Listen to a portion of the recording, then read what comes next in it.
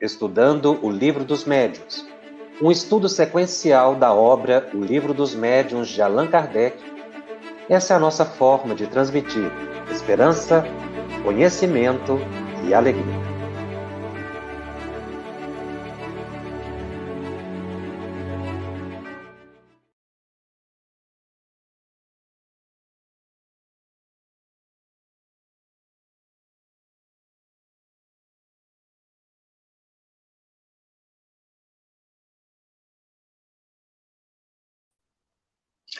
Olá, estamos iniciando mais um programa da série Estudando o Livro dos Médiuns aqui pela FEB TV.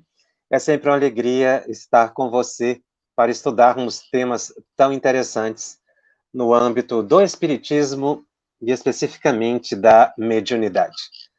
Este é o programa de número 75 dessa série que está analisando a segunda obra da codificação espírita. O tema de hoje é o capítulo 19 da segunda parte de O Livro dos Médiuns. Nós estamos falando do papel dos médiuns nas comunicações espíritas. Este é o terceiro programa sobre este capítulo. Isso decorre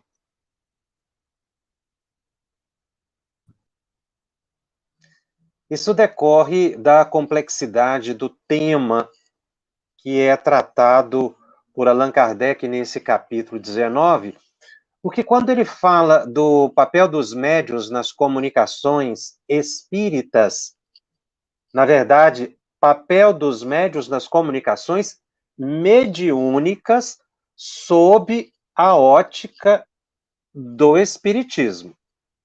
Ele utiliza a palavra comunicações, ou expressão comunicações espíritas, nesse sentido. A análise é sobre a influência do espírito pessoal do médium, ou, em outras palavras, a influência da alma do médium, a influência da psique do médium no processo da comunicação mediúnica. A análise, o estudo que Kardec está fazendo, ele se refere tanto ao transe mediúnico, pela psicografia, psicofonia, como também essa explicação ou análise que ele faz com os espíritos neste capítulo se ajusta aos fenômenos que ocorrem fora da reunião mediúnica, os fenômenos da inspiração, da intuição. Então, a compreensão da participação psíquica do médium na compreensão do fenômeno mediúnico é fundamental para entender o mecanismo da própria comunicação. Se nós quisermos entender a fundo a questão do trânsito, ou eu disse a fundo, mas assim, o que a nossa faixa de conhecimento permite, é necessário entender como o cérebro ou a mente do médium interpreta o pensamento de um espírito. Repito, o médium poderá estar em transe ou não no dia a dia. O processo é o mesmo. A diferença é que no transe, a mente do médium se expande um pouco mais e ele entra no que Kardec chama de crise, ou seja, num estado psíquico bastante alterado, além do normal, quando na intuição o médium está plenamente preservado. O item estudado é o 223 de O Livro dos Médiuns. Kardec faz uma série de perguntas aos espíritos. Nós estamos na questão número 9, quando ele recebe dos espíritos uma resposta muito interessante. Na questão número 9, ele pergunta: compreende-se que assim seja, tratando-se dos médios intuitivos, mas não relativamente aos médios mecânicos. Ele está fazendo referência à pergunta número 8, quando os espíritos dizem a ele que, para que haja uma comunicação mediúnica, os espíritos procuram um intérprete que mais se sintonize ou simpatize com eles, espíritos, que tenha melhores condições de exprimir ou com maior exatidão o pensamento do comunicante. É uma questão de afinidade e de sintonia. Ou seja, o espírito vai se aproximar do médium que tenha melhores condições de lhe transmitir o pensamento. Qualquer tipo de pensamento. Isso ocorre nas sintonias com espíritos elevados, mas acontece também com espíritos inferiores, com os obsessores, os perseguidores, os inimigos. O processo é o mesmo. Os espíritos vão procurar o intérprete / médium que mais se simpatize ou sintonize com eles, que é capaz de exprimir com maior exatidão seu pensamento. Então, o espírito violento que queira agredir, que queira exprimir o seu sentimento de ódio, ele vai prioritariamente buscar uma pessoa violenta, agressiva, odiosa. Essa pessoa é médium de várias gradações. A pessoa, inclusive, pode nem saber que é médium. Aliás, é o que mais acontece. Sintonias que se estabelecem com médios que não sabem que são médios. Nem espíritas são. E isso, muitas vezes, é um desastre. Porque um intui o outro a cometer um crime e o crime é cometido. O que não inibe a responsabilidade da pessoa. Porque tudo que o espírito faz é transmitir um pensamento. O indivíduo acolhe, se quiser. Só que, se a pessoa for naturalmente violenta, com tendências a atitudes agressivas, ela nem vai perceber o espírito. E o espírito vai ser atraído magneticamente para junto dela. Essa escolha, não é, que aqui é colocado, os espíritos procuram o intérprete, isso decorre de uma atração magnética. Nem todo espírito, ou a maioria dos espíritos da nossa faixa evolutiva, não sabe esse processo de procura. Isso acontece. Atraído magneticamente por aquele médium ou pessoa / médium, que nós temos que utilizar a expressão aqui ampla, que o atrai. Então, Kardec usa muito a palavra simpatia. Ele praticamente não usa a palavra sintonia ou afinidade. Usa menos. Ele usa muito a palavra simpatia.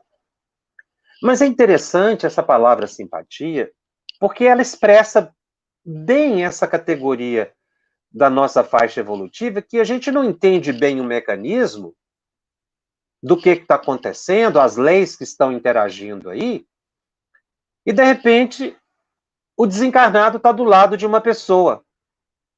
Ele nem sabe o que aconteceu. Ele está do lado de uma pessoa. Ele está influenciando, sendo influenciado, pode ser consciente ou não consciente. Porque houve realmente um princípio aí de simpatia, no sentido mais comum da palavra. De repente, você gosta daquela pessoa e fica do lado dela. É bem a questão da simpatia. Tem muito mais coisas aí que é o que nós estamos analisando. Mas para um espírito comum, sem conhecimento de espiritualidade, às vezes nem sabe que está desencarnado, ele fica por simpatia. Porque lhe é agradável. Ou porque ele é atraído, nem sabe que está sendo atraído. É o caso de pessoas que perdem familiares e que ficam naquele pranto, naquele choro, chamando a pessoa de volta, o esposo que perde a esposa, a esposa que perde o marido, o filho que perde os pais, pais que perdem filhos e não aceitam. Isso se torna uma evocação permanente. De repente, o ente amado que se foi está do lado do familiar que não aceita a desencarnação, está revoltado, e não tendo preparo espiritual para isso, para essa convivência salutar, um se torna obsessor do outro. Foi com base nessa expressão simpatia, ou seja, criou-se um campo mento-eletromagnético atrativo. Porque os espíritos não sabem, a maioria, né, dos espíritos que está encarnado ou desencarnado em todo o planeta não tem esse conhecimento que nós estamos discutindo aqui, que Kardec trouxe. Só os espíritos elevados. Aliás, um parênteses, espíritos inferiores que conhecem esse mecanismo, os grandes hipnotizadores do além. Porque isso é uma técnica, isso é uma lei.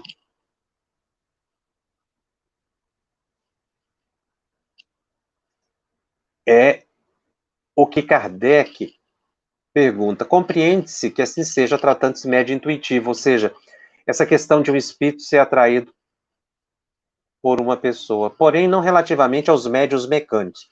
A resposta dos espíritos, ela é curiosa. Eles dizem assim, é que ainda não percebeste bem o papel que desempenha o médium. Há uma lei que ainda não apanhaste. Há uma lei. Quer dizer, uma regra geral, uma lei universal, como existe a lei da gravidade, existe uma lei. Ou seja, um princípio geral, uma ordem universal. E aí eles tentam dar aqui uma explicação dessa lei, a possibilidade nossa. Dizem os espíritos, lembra-te de que para produzir o movimento de um corpo inerte, uma mesa girante, o espírito precisa utilizar-se de uma parcela do fluido animalizado, ectoplasma, que tira do médium para movimentar momentaneamente a mesa, a fim de que ela, não é, tenha aquele movimento. Ele tira uma parte do fluido ectoplasmático do médium. O espírito usa a mesma imagem para falar do pensamento. Ele diz o seguinte: para que haja uma comunicação inteligente, ele precisa de um intermediário inteligente. Esse intermediário é a alma do médium, ou espírito do médium. Ou seja, ele vai utilizar parcelas intelectuais, morais do médium. Para que a gente possa continuar entendendo bem esse assunto e como é que essa questão acontece, eu vou inverter no programa de hoje e nós vamos fazer uma série de explicações que vão nos ajudar a entender a linguagem dos desencarnados e o processo mental do médium na captação do pensamento do espírito. Repito, essa explicação é fundamental na mediunidade prática de sala mediúnica, e esta explicação ela é extremamente importante para a mediunidade no cotidiano, ou a prática mediúnica extra sala mediúnica, que, aliás, é o maior tempo de exercício mediúnico que nós temos. É fora da reunião mediúnica. E isso nós já temos, nessa altura dos nossos estudos aqui, já temos que ter essa compreensão. Falar de prática mediúnica, lembrando de reunião mediúnica, é ter uma visão reducionista do que é realmente a expressão maior de ações e atos mediúnicos. Então, nós vamos entender bem essa questão da comunicação com os desencarnados, da comunicação entre desencarnados, a partir de um texto que está colocado no livro Evolução em Dois Mundos, na segunda parte, um texto intitulado A Linguagem dos Desencarnados. Fazem uma pergunta a André Luiz e Chico Xavier psicografa essa resposta. Esse livro é psicografado por Chico e por Valdo Vieira. Esta resposta é psicografada especificamente por Chico. A pergunta é a seguinte: como se caracteriza a linguagem entre os espíritos? E aí André Luiz responde: incontestavelmente, a linguagem do espírito é, acima de tudo, a imagem que exterioriza de si próprio. Esta é a lei que os espíritos disseram a Kardec. Ou seja, a linguagem psíquica, que nós estamos falando em vários programas, a linguagem universal do pensamento, é, na verdade, uma comunicação por imagens mentais. Ou seja, um espírito não transmite uma palavra articulada, basicamente. Ele transmite uma imagem mental que a outra pessoa, encarnada ou desencarnada, deverá ter possibilidade de compreensão. Aliás, a neurolinguística já chegou nesse nível de entendimento. Eu estou falando, vocês estão entendendo, porque vocês conseguem compreender as minhas palavras. Ou seja, as minhas palavras criam uma imagem na mente de quem ouve. Isso é um processo de decodificação. Cada palavra tem uma imagem. É por isso que a gente entende. É por isso que a gente se comunica. É por imagens. Você lê um livro, o que que você guarda? Você guarda as palavras do livro? Ou você fixa as imagens que aquelas palavras foram capazes de construir no seu pensamento? São as imagens. É aí que você entende. Por mais que você decore um texto, você só terá compreendido o que você decorou se você for capaz de entender a imagem daquelas palavras. Numa hipótese, vamos supor que você memorize, decore uma frase em inglês. Se você não souber o significado das palavras em inglês, ela é uma frase que não vai ter nenhum sentido para você. É preciso que você entenda. É o que André Luiz está dizendo aqui. Os espíritos, nós exteriorizamos imagens psíquicas. Esse conceito está colocado também por Kardec no livro A Gênese. Porque um espírito, ele não consegue de imediato penetrar na mente de uma outra pessoa, se ele não tiver uma certa hierarquia. Não é muito simples penetrar no pensamento de alguém. Então, os espíritos não conseguem, pela sua condição evolutiva, somente os superiores, adentrar na mente. Adentrar na mente de um espírito não é muito simples. André Luiz explica muito isso na sua obra. Ele, às vezes, quando ele precisa, o mentor diz a ele, preste atenção nos pensamentos, isso na dimensão espiritual. O mentor geralmente dá um apoio fluídico ao André Luiz, dá uma cota de energia para que o André Luiz veja os pensamentos daquele espírito. Há um fato muito interessante no livro Obreiros da Vida Eterna, que a médium Luciana, a médium no mundo espiritual, ela foi preparada, ela tinha uma capacidade psíquica única.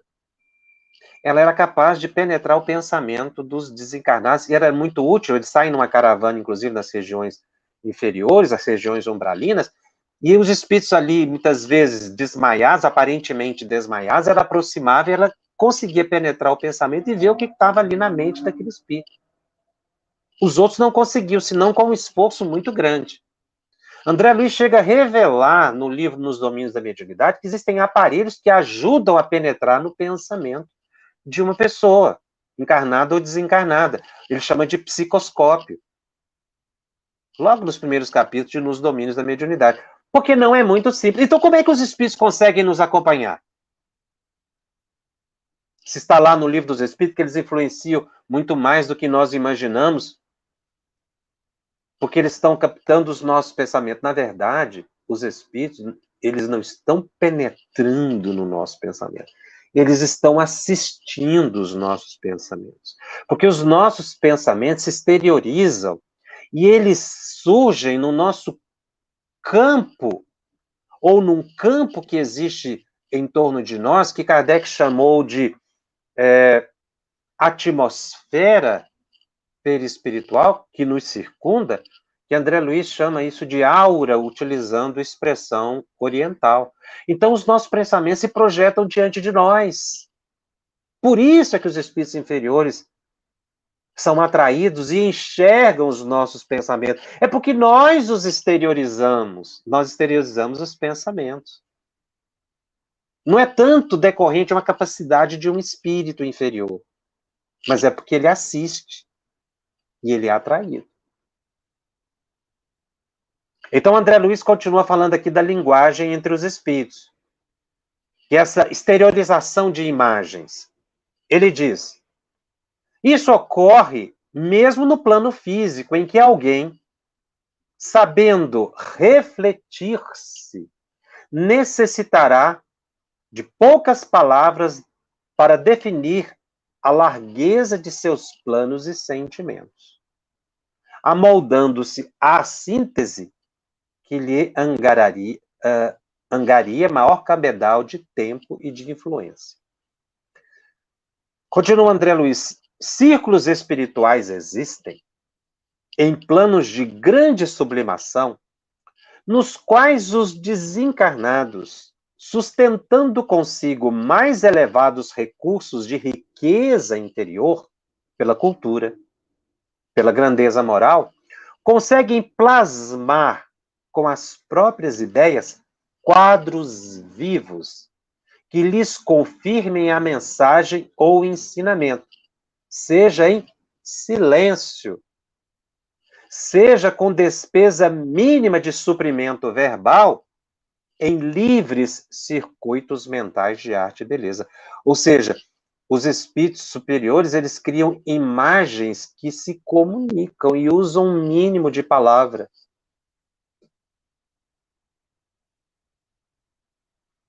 Tanto quanto muitas inteligências inferiores, treinadas na ciência da reflexão, conseguem formar telas aflitivas de circuitos mentais, são os hipnotizadores do mundo espiritual, circuitos mentais fechados e obsessivos, sobre as mentes que magneticamente jugulam. De acordo com o mesmo princípio, ou seja, de criar essa lei, né, de que a gente comunica por imagem, a gente pensa, a imagem se exterioriza nessa atmosfera perispiritual nossa. Espíritos desencarnados, em muitos casos, quando controlam as personalidades mediúnicas que lhes oferecem sintonia, operam sobre elas à base de imagens positivas, com que as envolvem no transe, compelindo-lhes a expedir os conceitos. Então, na hora do transe, o espírito não está falando, ele está transmitindo um pensamento. Mas como é que isso acontece? Tem hora que a gente parece estar conversando com o espírito. O espírito não está falando na nossa cabeça. Ele está transmitindo um pensamento, e o meu pensamento transforma essa imagem em palavra, é o contrário. Então dá a impressão que eu estou conversando. Na verdade, eu estou captando imagens psíquicas, mas é necessário que eu conceba isso em palavras. Às vezes eu vejo um quadro mental mesmo. Às vezes se traduz em palavras. E aí que ele utiliza uma expressão, nessas circunstâncias expressa-se a mensagem pelo sistema de reflexão, em que o médium, embora guardando o córtex encefálico anestesiado por ação magnética do comunicante, lhe recebe os ideogramas e transmite com as palavras que lhe são próprias. Isso aqui é o transe efetivamente.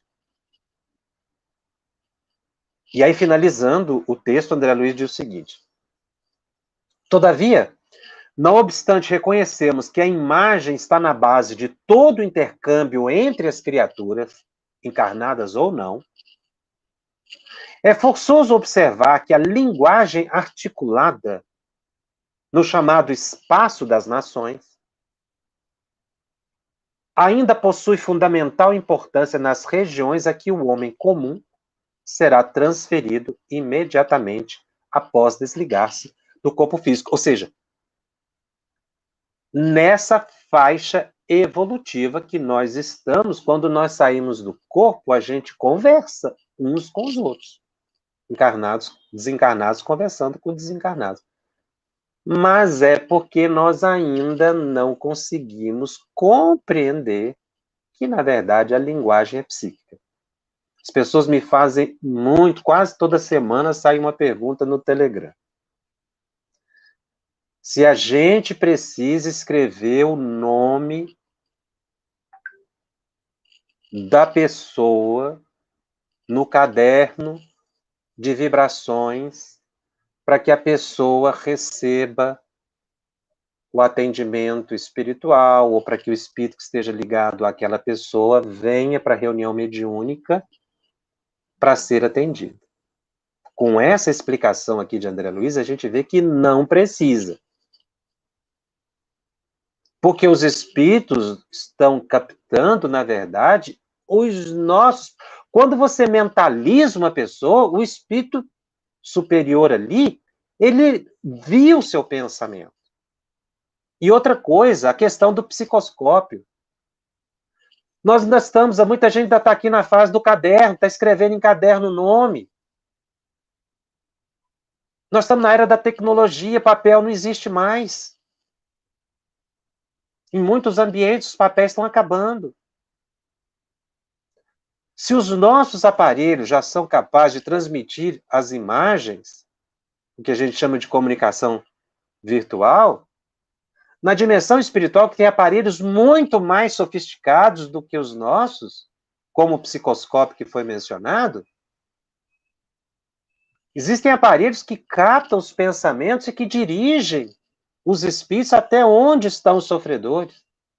E não é porque eu li o nome de uma pessoa que esteja sofrendo processo obsessivo que eu vou atrair aquela pessoa, aquele espírito que está ligado à pessoa, não. Eu, necessariamente, Jacobson, não. Porque não quer dizer que eu tenha afinidade com aquele espírito, que eu vou estabelecer sintonia, eu posso até ler o nome, mas incorporar outro espírito. E, às vezes, um outro médium no grupo incorporar aquela entidade. Ou aquela entidade se incorporar em outro grupo mediúnico que eu nem sei. Porque vai depender da afinidade da sintonia. E eu ainda acrescento algo aqui, muito delicado nessa questão de escrever nome de pessoas em cadernos, porque com essa lei agora de preservação da imagem, do nome das pessoas,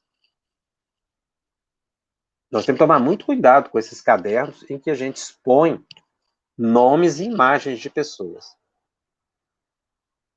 É pela legislação atual que protege a imagem e o nome.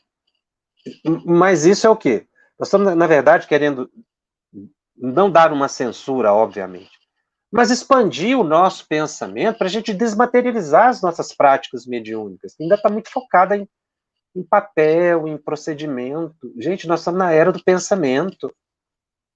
Aliás, esse texto aqui, que eu acabei de ler, é de 1958, os espíritos já falando, que eles estão captando as nossas imagens, as imagens que nós exteriorizamos. Então, o dirigente da reunião mediúnica, quando ele inicia uma reunião mediúnica, ele quer atender uma pessoa sofredora, que tomou notícia, porque chegou lá pela sala do atendimento espiritual, basta ele pensar naquela pessoa. A imagem da pessoa se projeta no espaço. Os espíritos vão saber. Aliás, eles sabem de antecedência. Antes de nós começarmos a reunião mediúnica, eles já fizeram o planejamento. Já tem lá o grupo de espíritos que vão ser atendidos. Aquelas pessoas que chegaram no centro já foram anotadas, catalogadas e selecionados os espíritos que vão manifestar na reunião mediúnica. Isso é feito com antecedência, não é feito na hora da reunião mediúnica. Então tem gente que acha que vai ler o nome de uma pessoa e vai improvisar um atendimento. Os espíritos trabalham com muito mais antecedência, porque eles têm tecnologia para isso. Eles são muito mais numerosos, estão organizados no centro espírita. A gente aqui não percebe. E aí faz aquela inversão de papéis, achando que a gente está determinando para o espírito o que fazer. Olha, eu vou ler aqui esse nome, você vai lá e traz o obsessor que está lá, porque nós vamos incorporar ele aqui hoje e vamos resolver o problema. Isso é uma inversão de papel. Não é assim que funciona, segundo o espírito. Todas as pessoas são beneficiadas. Que é outra ilusão que nós temos que tirar da cabeça, de que o benefício é para alguns, o benefício é para todos. Jesus socorre a todos. É o caso da tempestade. Quando ele chega e está todo mundo desorientado na barca, tem uma tempestade, os apóstolos estão desorientados, ele vem caminhando sobre as águas, acalma a tempestade. Jesus acalma a tempestade de todos nós. Mas depois ele vai fazer a pergunta: onde está a vossa fé? É preciso que a gente desenvolva a fé. E a fé no Espiritismo é a fé raciocinada, que é essa fé do conhecimento.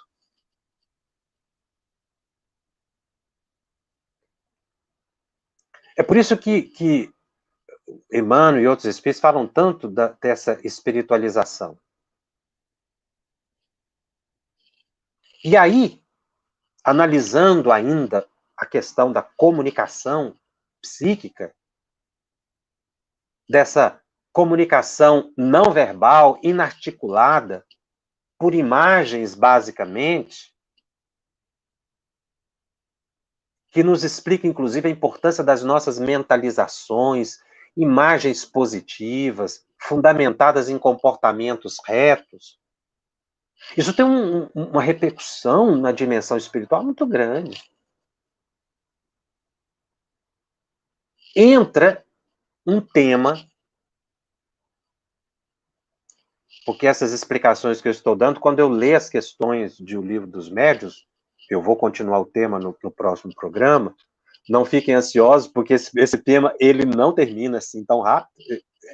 Isso aqui são estudos muito complexos, né? Que a gente precisa ir devagar para entender. Quando eu for ler as perguntas de André Luiz, com esses conceitos que nós estamos passando, nós vamos entender e interpretar bem o pensamento do codificador. E entra um tema aqui chamado capacidade receptiva mediúnica, que inclusive eu trato no livro Psicofonia na obra de André Luiz, no capítulo 21, analisando o seguinte comentário de André Luiz. André Luiz vai visitar o culto evangélico no lar de uma médium e tinha 2 crianças ali. E tinha um elevado mentor. Ele transmitia as imagens mentais para a médium. Ela está fazendo uma interpretação do evangelho para os filhos. Ela era viúva. E aí, André Luiz chega para visitar aquele momento de oração. E aí eu vou usar uma expressão, aquela reunião mediúnica, sem manifestações ostensivas, com base na intuição. Nós precisamos enxergar de forma mais ampla, inclusive, a expressão reunião mediúnica, que a gente fica muito focado naquela do transe. Eu posso dizer, sem medo de errar, que uma reunião de diretoria de um centro espírita é uma reunião mediúnica. Ela tem todos os elementos. É um grupo sério, o propósito é sério, faz-se uma prece para atrair os espíritos e vão se discutir assuntos elevados ali. E qual é a mediunidade que está sendo exercitada? A intuição. Não precisa do transe. Porque com a prece, o grupo que dirige a casa espírita vai ser inspirado. A gente pede isso na reunião de diretoria do centro. Então, a reunião de diretoria de um centro espírita não é uma reunião administrativa na visão humana. Ela é administrativa e espiritual. E quanto mais o grupo se ajusta ao desejo dos espíritos superiores, melhor será a condução dos destinos da instituição espírita.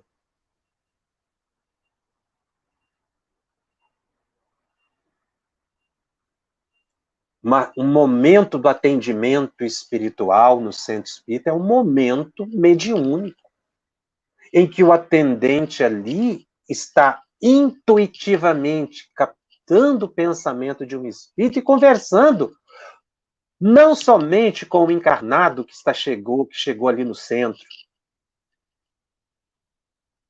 Ele está conversando muitas vezes com legião, na expressão de Jesus, com vários espíritos, está fazendo um processo desobsessivo ali.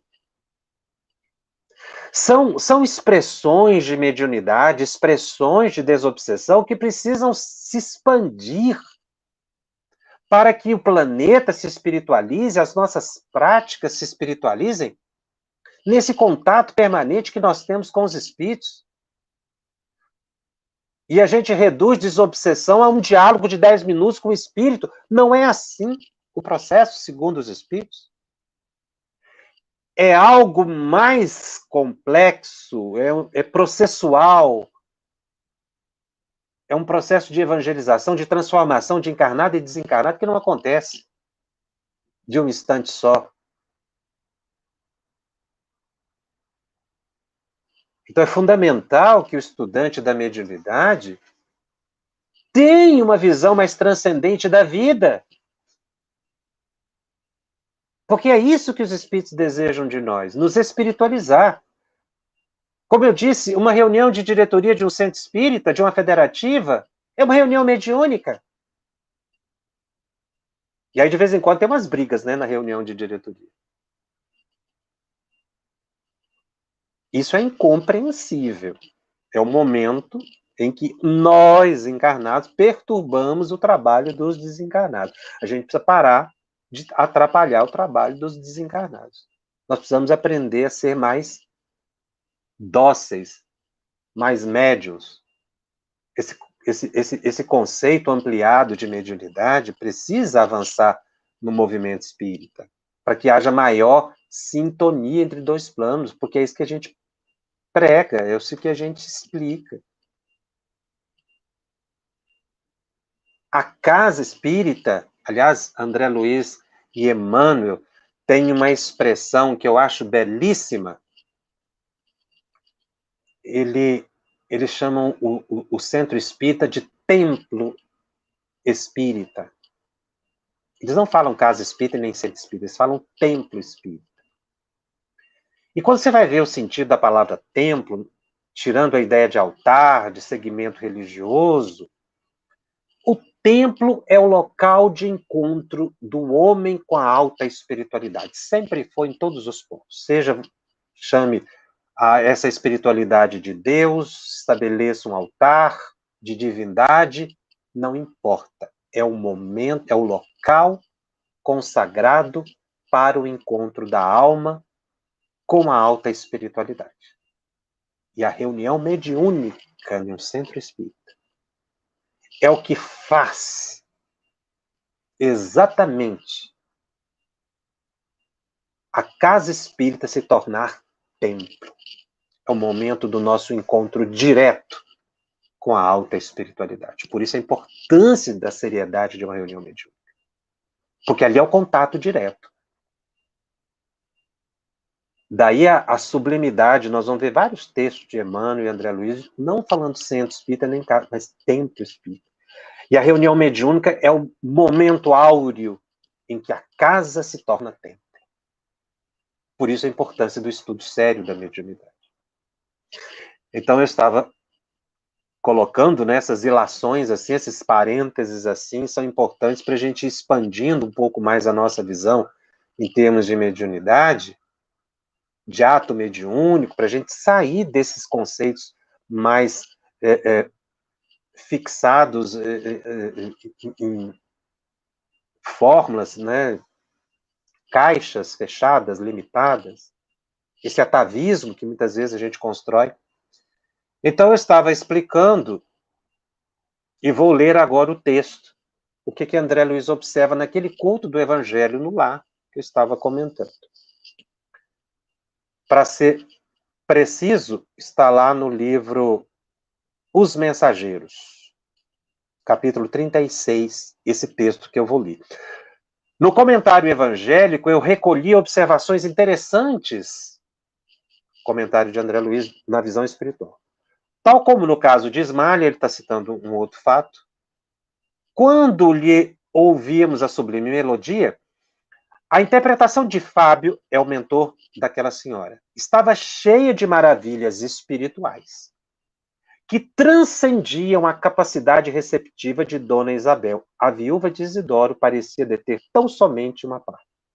Desse modo, as crianças recebiam a lição de acordo com as possibilidades mediúnicas da palavra materna, enquanto que a nós outros se propiciava o ensinamento com maravilhoso conteúdo de beleza. E aí nós entramos na definição do que seria a capacidade receptiva mediúnica que cada médium tem, que é a condição psíquica do médium para sintonizar-se com um desencarnado ou até com um encarnado e transmitir-lhe o pensamento. Essa qualidade receptiva dos pensamentos dos espíritos enseja o grau de profundidade do conteúdo e de forma da mensagem, consoante as características do comunicante, variando de médium a médium, ou seja, cada um de nós tem uma CRM própria, uma capacidade receptiva mediúnica própria. Quanto maior a capacidade receptiva mediúnica, melhor a qualidade da mensagem. O cérebro físico tem uma capacidade receptiva menor do que o cérebro espiritual. Por isso é que quando a gente acorda, volta para o corpo, depois de uma noite de sono, que a gente vê muita coisa na dimensão espiritual, a gente lembra só uma parte, porque a capacidade receptiva do cérebro orgânico é menor do que a capacidade receptiva do cérebro espiritual, ou seja, de assimilação de imagens. André Luiz destaca que a médium Isabel estava reproduzindo palidamente a mensagem do mentor Fábio. A própria Ivone Pereira, ela saía do corpo em desdobramento, visitava lugares, observava acontecimentos, voltava para o corpo físico e escrevia o que via. E por diversas vezes ela menciona que não conseguia reproduzir com a fidelidade desejável o que havia presenciado, porque a capacidade do cérebro espiritual é maior do que do cérebro físico. E aí, nós trouxemos um fato belíssimo da vida de Chico Xavier, logo no início da sua jornada mediúnica, que está narrado no livro As Vidas de Chico Xavier, do nosso querido amigo Marcel Souto Maior. No capítulo 2, ele cita o seguinte fato que eu vou ler. Pela beleza e criatividade da narrativa de Marcel Souto Maior a partir das informações diretas de Chico, porque ele entrevistou Chico. Marcel anota da seguinte forma: as visitas do outro mundo começaram a se identificar a partir de 1931. Uma tarde, Chico regava os canteiros de alho na horta de José Felizardo, quando uma voz lhe pediu que ouvisse com atenção um poema inédito. Vozes de uma Sombra. O dono da voz e dos versos que se anunciou como Augusto dos Anjos e começou a lançar no ar palavras insólitas. Donde venho? Das eras remotíssimas, das substâncias elementaríssimas, emergindo das cósmicas matérias. Chico ouvia e regava o alho e perdia o fio da meada. Venho dos invisíveis protozoários, da confusão dos seres embrionários, das células primevas, das bactérias.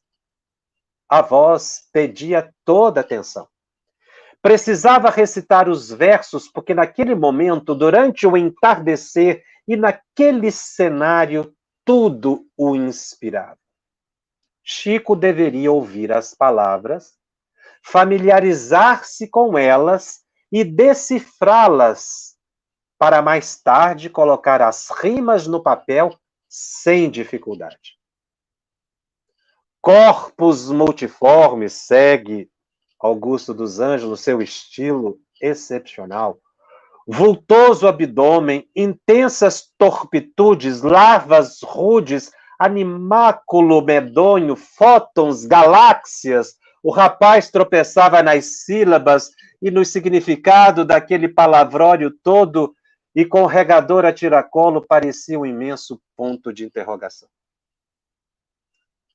O poeta invisível perdeu a paciência com a dificuldade do matuto de Pedro Leopoldo em entender os versos e entregou-se a Deus. Quer saber de uma coisa? Vou escrever o que eu puder, pois a sua cabeça não aguenta mesmo.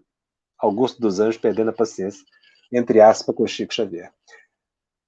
E Chico acabou psicografando um dos poemas mais belos do livro Parnaso de Além Túmulo, Vozes de uma Sombra, ao lado de outros 56 poemas atribuídos a 14 poetas, todos enterrados, segundo a narrativa de Marcel Souto Maior. Aqui nós verificamos que Chico precisava se familiarizar. Chico, mais tarde, numa entrevista, vai dizer que o poema tinha muito mais do que ele pôde captar. Ele captou uma parte, que é um poema do maior estilo de Augusto dos Anjos. Merece ser lido. Parnaso de Além Túmulo, Voz de uma Sombra. O poema é lindo, talvez um dos mais belos realmente do livro. E o Chico disse que captou apenas uma parte. Isso mostra a capacidade receptiva de Chico no início da tarefa, que depois acabou se ampliando muito. O que interfere, então, na capacidade receptiva mediúnica para sintetizar o que nós falamos hoje? São alguns fatores que nós elencamos que podem aumentar ou diminuir a capacidade receptiva. Se você tiver o que eu vou ler, a capacidade receptiva mediúnica aumenta. Se você não tiver, se esforce para ter, para que a sua capacidade receptiva mediúnica se amplie dentro do nível de possibilidades. Quais são elas? Afinidade do médium com o espírito comunicante. O tempo de convivência com o espírito que dita a mensagem é fundamental. Podemos perceber a ampliação da qualidade do comunicante, do comunicado de mensagem a mensagem. Os ditados iniciais de certo espírito demonstram uma menor capacidade receptiva mediúnica do que outros. 2. Experiência do médium. Quanto maior o tempo de exercício mediúnico, maior a capacidade receptiva. 3. Conhecimento prévio da matéria. Os conhecimentos pessoais do médium em relação ao assunto que será tratado pela entidade, desta ou de outra encarnação, bem como sua formação espiritual, favorecem a CRM, ampliando-a. 4. O objetivo do comunicado. Se a pretensão da mensagem mediúnica é o consolo geral, o socorro imediato a alguém que detém mérito, o médium pode ter sua capacidade receptiva mediúnica ampliada, mesmo que ocasionalmente. Seguinte, a equipe de encarnados que auxilia o médium, que aliás é o tema do próximo capítulo, a influência do meio, o apoio dos companheiros, a amizade sincera, o esforço geral no bem, o estudo em equipe favorecem a CRM do médium, ampliando, porque ele passa a ter um ambiente favorável para o trabalho que executa. Outra, preces e meditações. A oração estabelece o equilíbrio do médium e a meditação lhe dá atenção aos pensamentos. Isso amplia a CRM do médium, elevando a sintonia. Outra, estudo. Conhecimentos gerais e da doutrina espírita em específico amplia a capacidade receptiva do médium CRM, já que a mente oferecerá amplos recursos aos benfeitores espirituais. Outra, o preparo que o médium recebeu no mundo espiritual, antes de se encarnar, conforme a tarefa que ele tem que desempenhar. É óbvio que o Chico, o Divaldo e o Ivone tinham uma capacidade receptiva mediúnica muito ampla, porque eles foram preparados para isso. Então, um médium terá, naturalmente, uma maior do que outro médium, tá? Sem fazer comparações em função do compromisso. Mas, esta pode ser ampliada diante do livre-arbítrio do médium em se dedicar com afinco ao desempenho do compromisso. Ou seja, os espíritos podem... O Chico, inclusive, fala disso quando ele faz uma referência interessante. Ele diz, a certa altura da vida dele, ele recebeu um mandato mediúnico, ele fala assim, eu fui desapropriado do meu corpo. Ou seja, a tarefa de Chico era para chegar num certo ponto e ela avançou bastante por causa do livre-arbítrio dele em se dedicar à tarefa. E o último, sacrifício, renúncia e caridade. Meus amigos, essas virtudes são imprescindíveis para que o médium adquira a simpatia dos bons espíritos e possam fazer com que a capacidade receptiva mediúnica do médium seja utilizada pelos espíritos de luz. Eles precisam ter confiança no médium, de que o médium assume com responsabilidade o seu compromisso.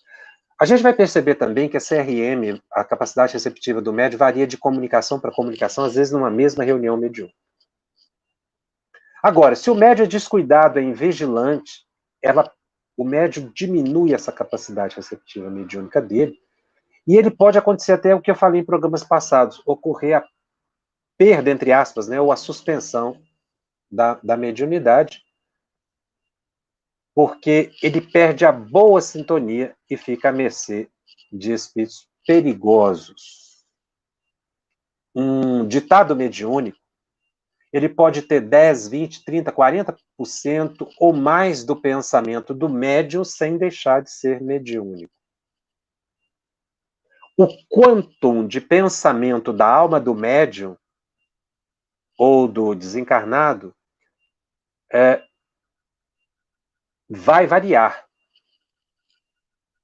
E dependendo do grau de passividade do médium ou da sintonia, essa capacidade pode ser ampliada. Nós vamos ver uma pergunta interessante no próximo programa que Kardec faz. Ele pergunta o seguinte, sobre os médiuns analfabetos, como é que um médium analfabeto ele pode psicografar? Os espíritos, eles, utilizando o mecanismo, né, de controle na área mecânica do cérebro do médium, o médium desenha letras. Ele não sabe escrever nesta encarnação, mas ele consegue desenhar letra a letra. Isso é muito interessante, explica também um fato que sempre me chamou muito a atenção. Como é que alguns médiuns conseguem psicografar nomes de pessoas, já que os nomes de pessoas não têm imagens ligadas a eles, esses nomes. Como Chico, por exemplo, escrevia nome completo, data. Isso não tem uma imagem. Da onde vem isso? Os espíritos vão explicar a Kardec que os espíritos, que eles, os desencarnados, em certos momentos, podem sobrepor a vontade deles à nossa e, de certa forma, nos dominando, vencer a nossa resistência. E aí, como quem desenha uma letra, você escreve o nome. Como Chico Xavier tinha uma capacidade receptiva mediúnica extraordinária, ele conseguia com muita facilidade automaticamente escrever palavras ali que ele completamente desconhecia. Mas ele estava no automatismo porque o espírito, ele pode momentaneamente aumentar a sua capacidade receptiva mediúnica, dominando o médium psiquicamente. Isso é raro, muito raro. Não é o comum. Eles não fazem isso com frequência. Por exemplo, eles não vão utilizar um médium analfabeto para escrever um romance como Paulo Estevam. Eles levariam anos para fazer isso.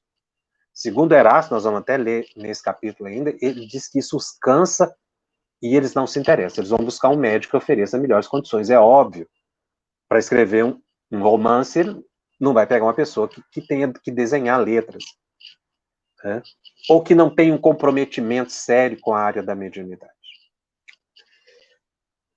É o tema, capacidade receptiva mediúnica, linguagem dos desencarnados,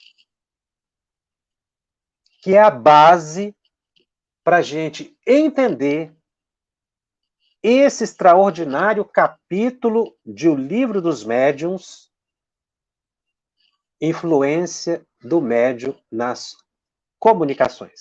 Eu vou continuar nesse assunto na semana que vem. Vamos ver aqui nesses últimos minutos algumas perguntas.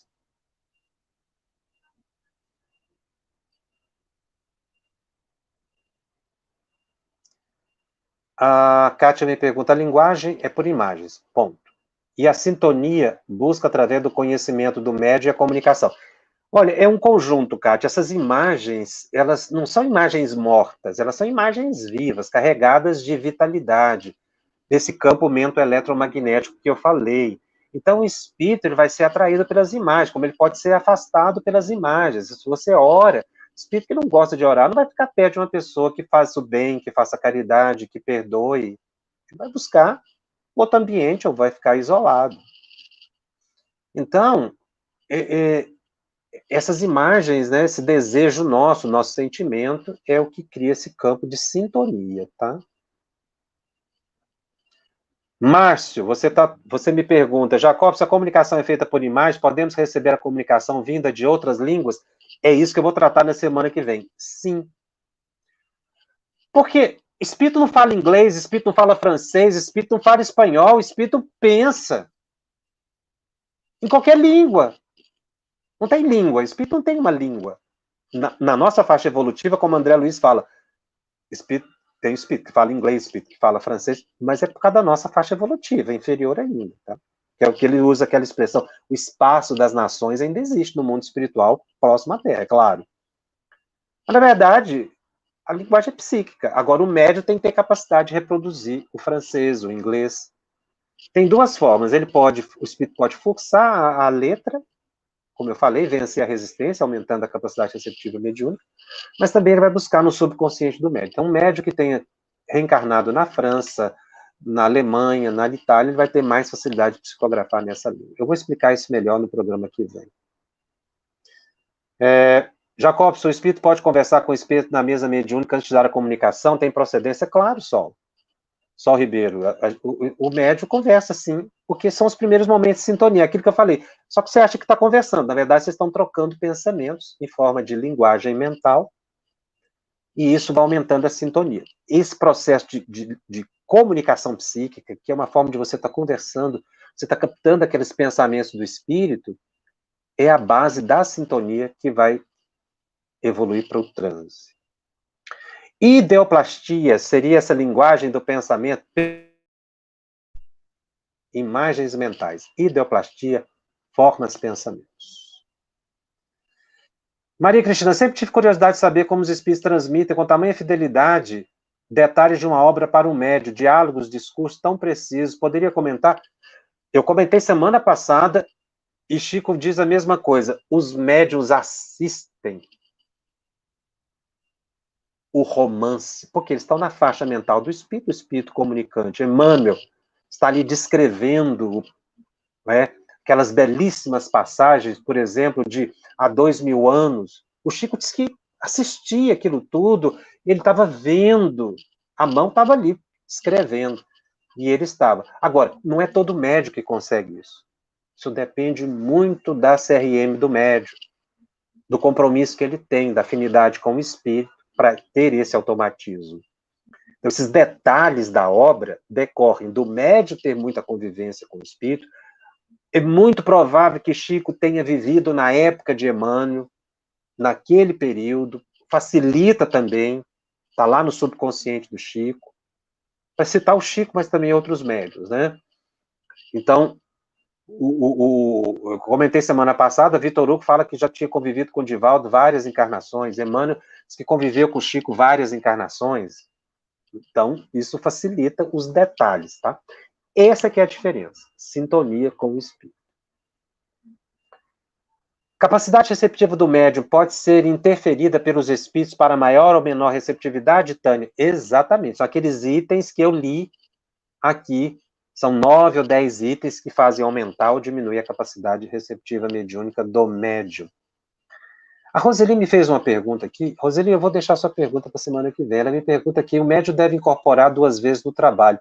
Mas se as incorporações forem apenas para choque anímico, essa expressão choque anímico precisa ser bem entendida. Porque essa palavra, às vezes, é usada por Ivone, eu vejo o Manuel Filomeno de Miranda utilizando. Mas o que significa esse choque? Tem gente que interpreta isso ao pé da letra. Acho que o espírito está levando um choque. Ele não leva um choque. Não é isso que quer dizer choque anímico. O transe visa despertamento psíquico-sensorial do espírito. Então ele não fica chocado, como quem toma um choque e desmaia, que é o que muita gente acha que acontece, inclusive na chamada corrente magnética. Ele leva um choque e desmaia. Isso não existe. Pela explicação dos espíritos, não é assim. Ele tem um reavivamento sensorial. Então, a expressão choque ele significa o contato do perispírito do espírito com o perispírito do médium. Por quê? Exatamente pelo que eu estou explicando. Espírito não ouve com os ouvidos, não fala com a boca. Ele sente pelo perispírito como um todo. Na nossa faixa evolutiva, repito, o espírito conversa sim, ele está achando que está conversando, mas na verdade são imagens mentais. Só espíritos puros é que já dominam essa técnica, ou compreendem isso. Então, na verdade, quando um espírito se liga ao médium, ele tem um reavivamento sensorial. Então, essa troca fluídica, ele recupera momentaneamente a audição, a visão, a fala. É o chamado choque anímico. Por quê? Porque ele está ligado às forças anímicas do médium, à psique do médium, às forças ectoplasmáticas do médium. Anímico é alma, ânimos, alma. Tá? Então, o choque, chamado choque, é o reavivamento sensorial. André Luiz explica muito bem isso. E não choque elétrico.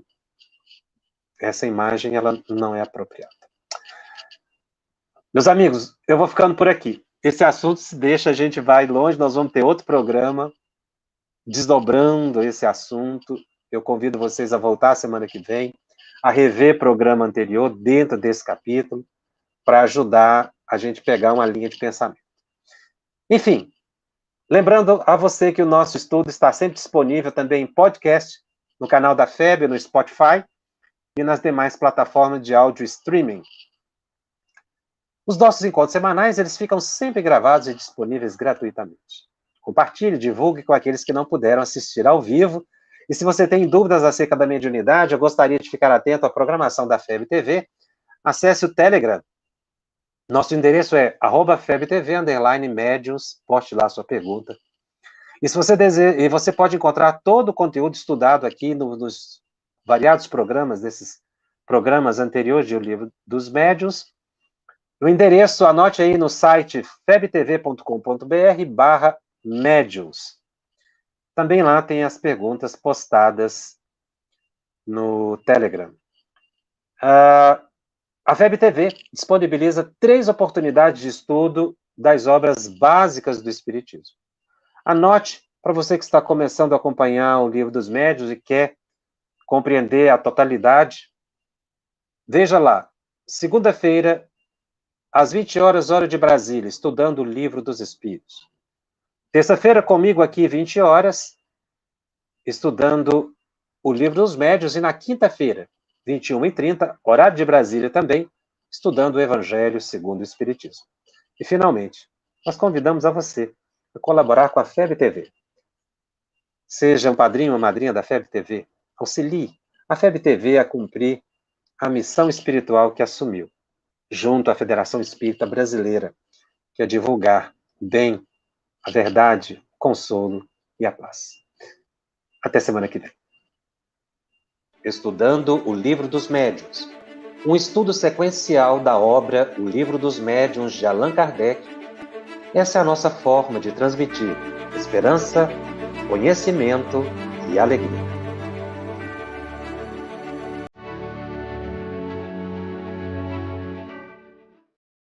Aproveitando a minha expressão de gratidão, dizer que tu continues a participar, colaborando tanto quanto possível, para que esta proposta de amor e de paz continue a celebrar a vida por mais longos anos, porque a necessidade do mundo é impiedosa, crescente. E nós não podemos, que vivemos o bem, ficarmos ociosos, parados e contemplando, achando que Deus vai fazer aquilo que nós precisamos fazer. Minha gratidão, o meu abraço e o meu terno convite para que continuemos juntos com a FEB TV no ar, brilhando luz.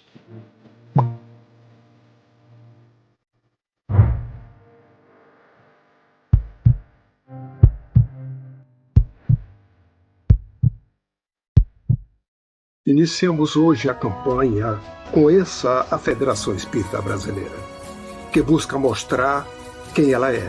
O trabalho realizado por meio desta instituição centenária, trazendo você para dentro da nossa casa. Como surgiu a Federação Espírita Brasileira? De Augusto Elias, o seu fundador, aos dias de hoje, o que ocorreu? Quem foram e quem são os vultos que fizeram e fazem parte desta história? Qual a relação de nomes como Chico Xavier, Bezerra de Menezes, Ivone Pereira com esta instituição? Qual a sua missão? Como ela atua na formação do homem de bem? Apresentaremos a Federação Espírita Brasileira em formato dinâmico com vídeos, depoimentos, postagens históricas, áudios. Conheça e faça parte desta família.